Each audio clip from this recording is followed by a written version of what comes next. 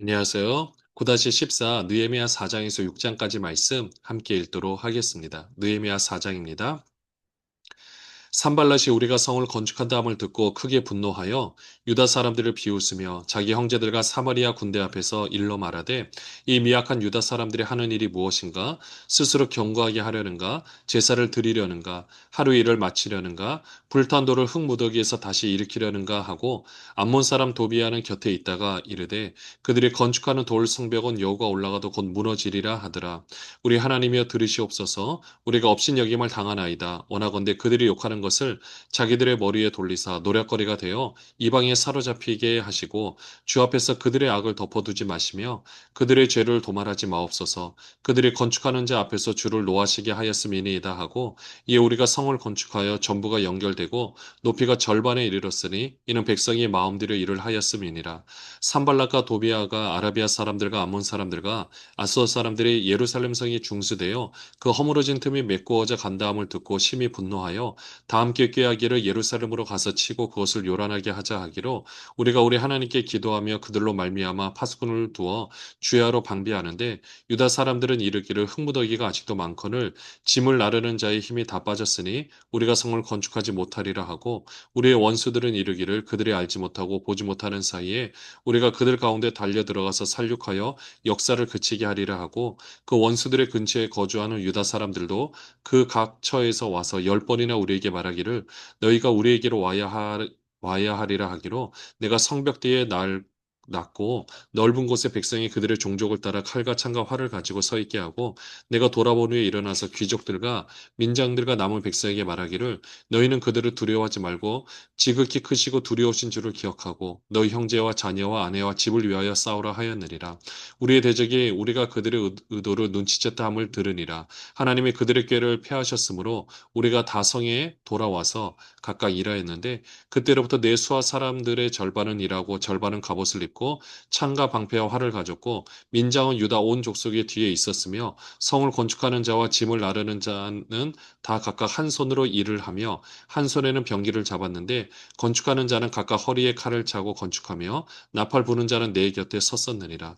내가 귀족들과 민장들과 남은 백성에게 이르기를 이 공사는 크고 넓음으로 우리가 성에서 떨어져 거리가 먼저 너희는 어디서든지 나팔 소리를 듣거든 그리로 모여서 우리에게로 나아오라. 우리 하나님이 우리를 위하여 싸우시리라 하였느니라. 우리가 이같이 공사하는데 무리의 절반은 동틀 때부터 별이 나기까지 창을 잡았으며 그때 내가 또 백성에게 말하기를 사람마다 그 종자와 함께 예루살렘 안에서 잘지니 밤에는 우리를 위하여 파수하겠고 낮에는 일하리라 하고 나나 내 형제들이나 종자들이나 나를 따라 파수하는 사람들이나 우리가 다 우리의 옷을 입지 벗지 아니하였으며 물을 기르러 갈 때에도 각각 병기를 잡았느니라. 느헤미야가 성을 건축한다라는 얘기를 들으니까 1절에 보시면 산발랏이 굉장히 분노했다라고 이야기를 하는데요. 또 유다 사람들을 비웃었다라고 얘기를 합니다.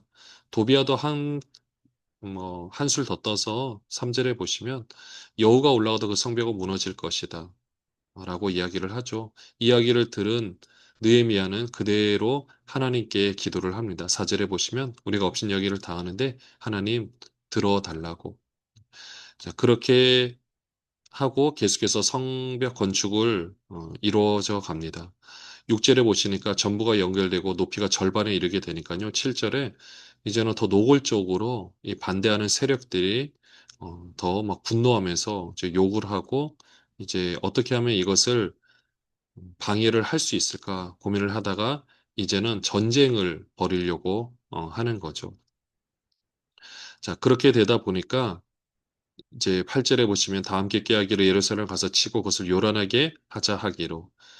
그러니까 9절에 이제 파수꾼을 두어서 주야로 방비를 합니다. 또 10절에 보시면 유다 사람들이 이제 굉장히 지쳐 있는 것을 보게 돼요. 더 이상 이것을 할 수 있을까? 또 11절에 원수들도 자꾸 우리를 죽이려고 하는데 굉장히 힘이 빠졌죠. 근데 12절에 보니까 그 원수들 근처에 거주하는 유다 사람들이 10번이나 와서 느헤미야한테 말을 해주는 겁니다. 이들이 지금 쳐들어오려고 하는 것 같다. 그렇게 할 때는 그래서 느헤미야가 13절에 보시면 낮으면서 넓은 그 평야 같은 곳에 그 온 백성들을 무장을 해서 거기에 서 있게 하는 거죠. 근데 그렇게 할 때도 백성들을 보니까 두려워하는 기색이 역력했습니다. 그래서 느헤미야는 이 싸움이 단순히 그냥 싸움이 아니라 우리가 기억해야 될 것이 먼저 하나님을 기억하고 우리에게 힘이 되신 하나님, 그리고 형제와 자녀, 아내와 집을 위하여 싸우라라고 하는 거죠. 근데 이제 15절에 보니까 그 대적들이 눈치를 챈 겁니다. 계속해서 알려주는 사람이 있는 것을 알게 되니까 이제 더 이상 공격은 하지 않는데요. 혹시라도 이 공격할 것을 대비해서 16절에 보시면 수하 사람들의 절반은 일하고 절반은 갑옷을 입고 창과 방패 활을 가졌고 경호대가 이제 반 정도는 이제 지키게 하는 거죠. 또 어떻게 하느냐? 민장은 그 유다온 족속이 뒤어서 민장들이 이제 리더들이죠. 리더들이 거기서 또 같이 함께 그 이 일을 감당할 수 있도록 이렇게 응원을 하고 있는 겁니다. 그리고 17절에 보시면 일을 하는 사람들이 한 손에는 병기를 잡고요. 또 한 손에는 이제 일을 하는 거죠. 또 18절에 보시면 허리에 칼을 차고 밤에도 불침번을 쓰면서 결국 이 모든 일을 행하게 되는 것입니다.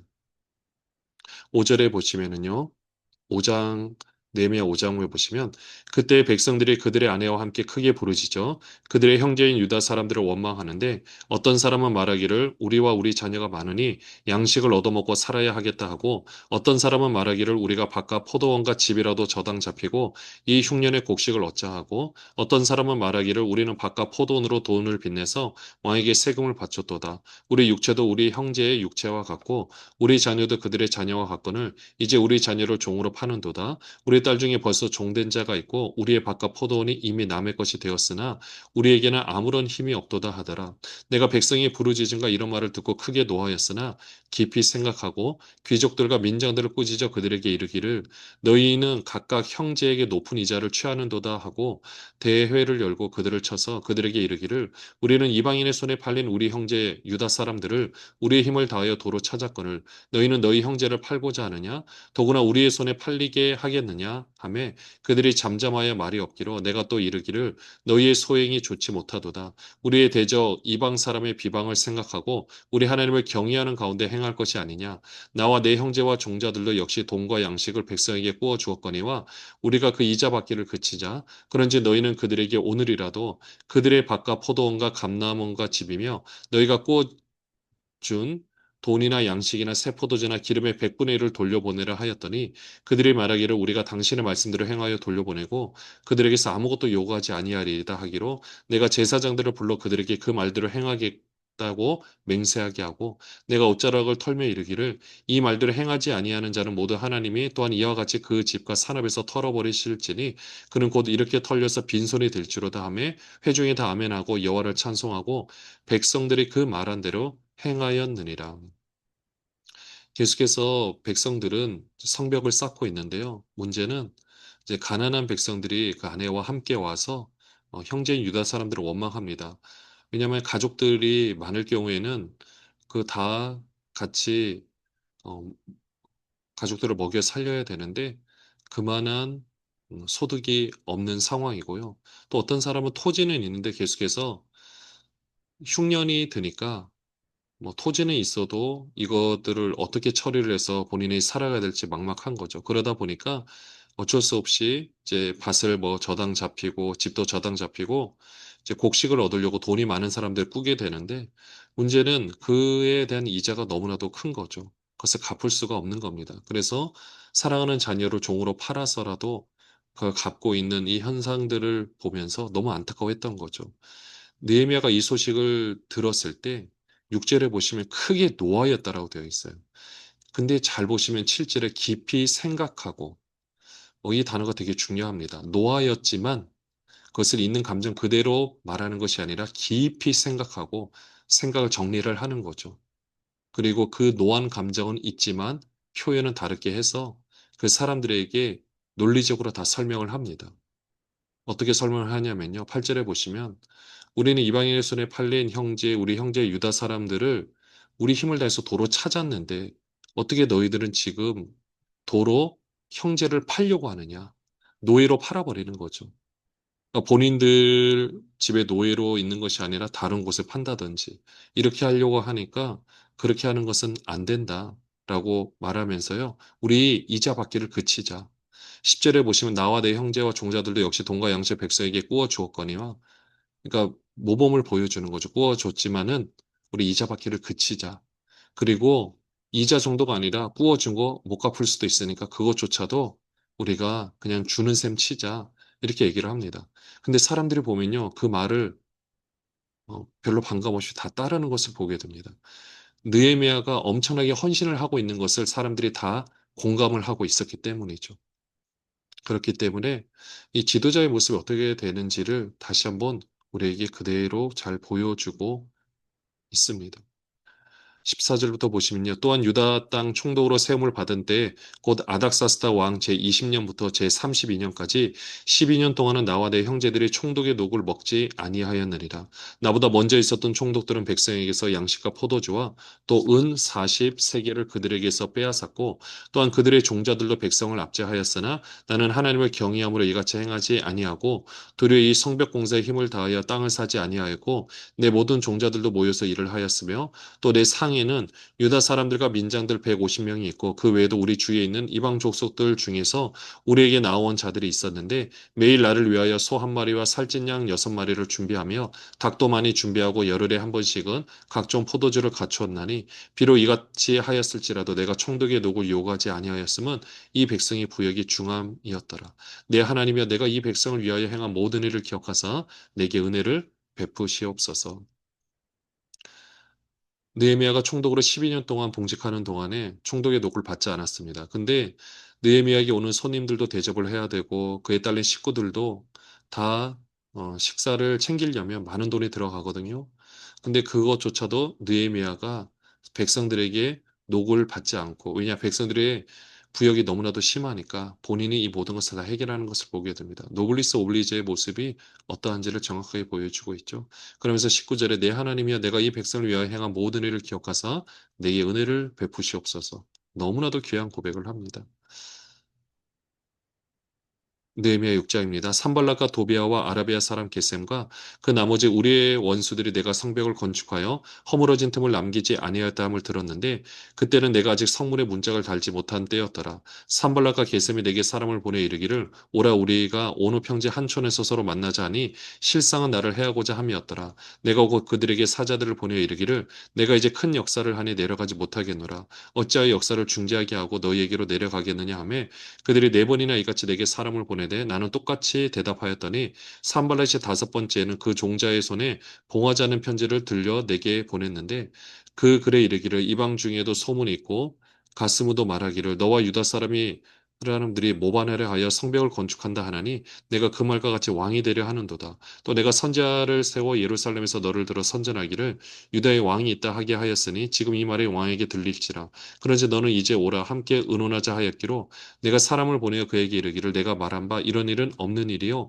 내 마음에서 지어낸 것이라 하였나니 이는 그들이 다 우리를 두렵게 하고자 하여 말하기를 그들의 손이 피곤하여 역사를 중지하고 이루지 못하리라 함이라 이제 내 손을 힘있게 하옵소서 하였노라 이후에 무에 담아 다벨의 손자 들라의 아들 스마야가 두문불출하기로 내가 그 집에 가니 그가 이르기를 그들이 너를 죽이러 올 터이니 우리가 하나님의 전으로 와서 외소 안에 머물고 그 문을 닫자 저들이 반드시 밤에 와서 너를 죽이기라 하기로 내가 이르기를 나 같은 자가 어찌 도망하여 나 같은 몸이면 누가 외소에 들어가서 생명을 보존하겠느냐 나는 들어가지 않겠노라 하고 깨달은지 그는 하나님께서 보내신 바가 아니라 도비아와 산발라에게 뇌물을 받고 내게 이런 예언을 함이라 그들의 뇌물을 준 까닭은 나를 두렵게 하고 이렇게 함으로 범죄하게 하고 악한 말을 지어 나를 비방하려 함이었느니라 내 하나님이여 도비아와 산발락과 여선지 노아데아와 그 남은 선지자들 곧 나를 두렵게 하고자 한 자들의 소행을 기억하옵소서 하였노라.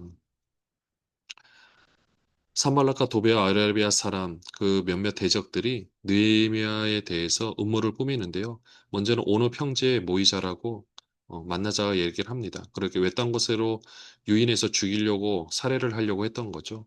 이것을 네 번이나 더 합니다. 그래도 똑같이 자기는 갈 수가 없다. 지금 엄청난 일을 하고 있기 때문에 갈 수가 없다라고 이야기를 합니다.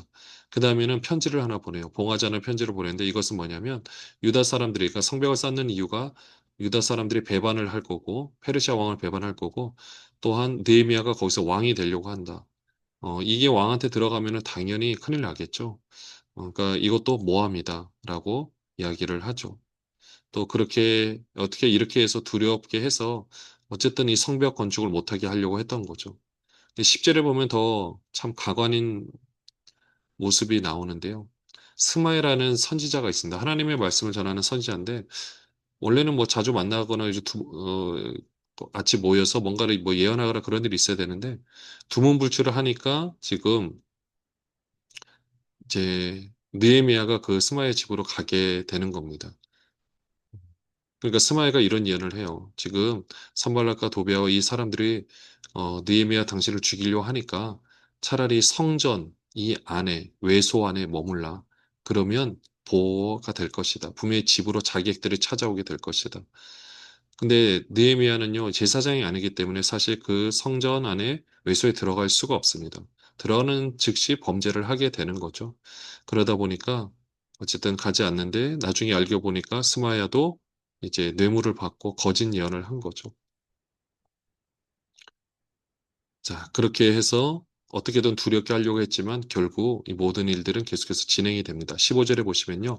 성경 역사가 52일 만인 엘룰월 25일에 끝남에 우리의 모든 대적과 주위에 있는 이방 족속들이 이를 듣고 다 두려워하여 크게 낙담하였으니 그들이 우리 하나님께서 이 역사를 이루신 것을 알미니라.